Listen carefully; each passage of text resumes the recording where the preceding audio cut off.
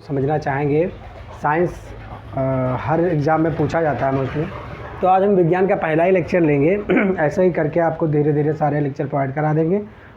तो इसमें हमने गति एवं मापन को स्टार्ट किया है। गति एवं मापन बहुत ही इंपॉर्टेंट है, सब विषयों में मतलब सब परीक्षाओं में लगभग पूछा जाता है। तो आइए हम समझते हैं मापन का परिमाण। मापन का परिमाण, आखिर हम मापन जब मापते हैं, मापना किस मेजरमेंट होता है, अर्थात हम किसी लंबाई को मापें या कोई कितना वजन है ये हम नापें, या कुछ भी हम नाप सकते हैं, समय भी माप सकते हैं। मोस्टली 3 चीज़ें नापते हैं, क्या, लंबाई, भार और समय। तो इन्हीं को मापने के लिए हम बताएंगे कैसे क्या होता है। तो मापन का परिमाण, अगर कोई चीज़ हम मापते हैं तो क्या होता है, वो 2 चीज़ों पर निर्भर होता है। मापन के परिमाण 2 भाग होते हैं।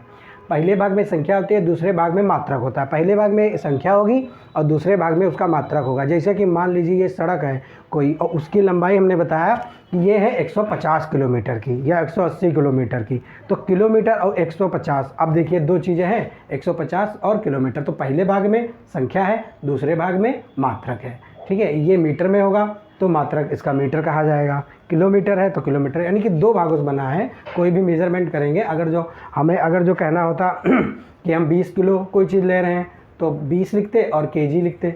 ठीक, अब यहाँ पे हमने देखा कि ये हो गया मात्रक, ये हो गई यूनिट, एंड ये हो गई तुम्हारी संख्या हो गई, यानी कि ठीक है, तो ये न्यूमेरिकल वैल्यू हो गई।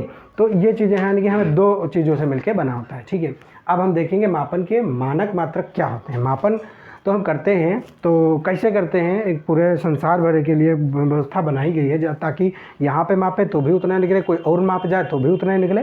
उसके लिए हमने क्या किया है, स्टैंडर्ड वैल्यूज़ कुछ मानी है, और उसको हमने क्या किया है, जैसे कि अब अंतर्राष्ट्रीय मात्रक प्रणाली, अंतर्राष्ट्रीय यानी कि जहाँ भी जाओ, विश्व में कहीं भी चले जाओ, लगभग यही आपको प्रणाली मिलेगी। उसमें आसानी रहती है कि कहीं भी आप जाएं तो मात्रक आसानी से पहली बात मिल जाएंगे और कोई त्रुटि नहीं होगी, चाहे हम माप जाएं, चाहे आप माप जाएं, या कोई भी मापे, उसमें फॉल्ट नहीं निकलती है। अंतर्राष्ट्रीय मात्रक प्रणाली यानी कि एसआई प्रणाली, ये बहुत इंपॉर्टेंट है। एसआई प्रणाली यानी कि इंटरनेशनल सिस्टम है, ये अंतर्राष्ट्रीय है, अंतर्राष्ट्रीय सभी देशों में लगभग चलता है। जैसे कि यह एमकेएस प्रणाली होती है।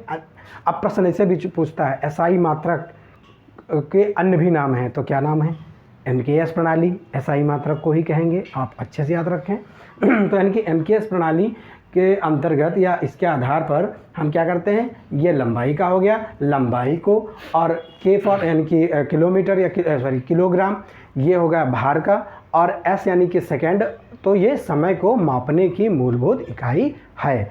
एमकेएस जो हमने बताया है, एम फार हो जाएगा मीटर, के फार हो जाएगा किलोग्राम, और एस से हो जाएगा समय सेकेंड, यानी कि लंबाई होगी तो उसको हम मीटर में मापेंगे कितने मीटर है, और वजनता यानी कि वेट होगा उसको हम किलोग्राम में बताएंगे कितना है। और यदि हम सेकेंड से अगर वो समय को माप रहे हैं तो वहाँ पर आप समझ लें कि हमने एसआई सिस्टम यूज किया है। अगर जो कोई भी क्वेश्चन लिख रहा है कि इतने किसी भी राशि को एमकेएस प्रणाली में मापा जा रहा है, तो ये मापन कौन सा कहलाएगा, तो ये एसआई सिस्टम यानी कि एसआई प्रणाली कहलाएगा, इंटरनेशनल सिस्टम, अंतर्राष्ट्रीय मात्रक प्रणाली कहलाएगा। ठीक है, तो नेक्स्ट है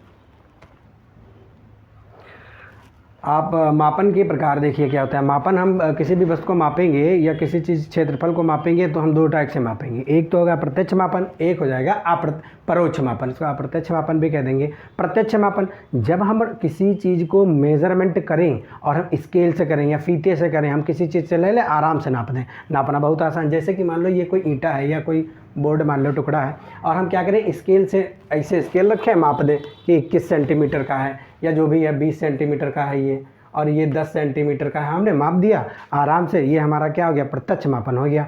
पर कुछ चीज़ें ऐसी होती हैं जहाँ पे हम स्केल नहीं लगा सकते हैं। जैसे कि पेड़, आपने देखा होगा बहुत बड़ा पेड़ होता है, उसका ये घेरा है, अब हम देखने चाह रहे हैं कि ये घेरा कितनी दूर तक है, तो अब कौन सी स्केल ले जाएँ, कैसे क्या करें, तो हम क्या करेंगे, सबसे पहले क्या करेंगे, एक रस्सी लेंगे, फिर यहाँ से बीचों बीच से बांध के यहाँ तक देख लेंगे भाई कितना है, फिर ये देख लेंगे कितनी बड़ी है, फिर इसको क्या करेंगे, इसकी अब हम रस्सी हमने ले ली, अब रस्सी को हम डायरेक्ट हमने स्केल देखो अभी नहीं ली, हमने रस्सी ली, फिर हम रस्सी को स्केल से मापेंगे कि कितने मीटर है। मान लो यहाँ तक जो भी हो गई 20 मीटर हो गई, या जो भी 4-5 मीटर या जो भी हो गई, ठीक है, हो गई 5, 6 या 10 जो भी हो गई। उसके बाद हम देखेंगे कि इसका गोले का पूरा आर हमें पता चल गया, तो हम क्षेत्रफल पूरा निकाल लेंगे कितनी दूरी पर है, या इसका हम पेरीमीटर निकाल लेंगे 2 पाई आर से।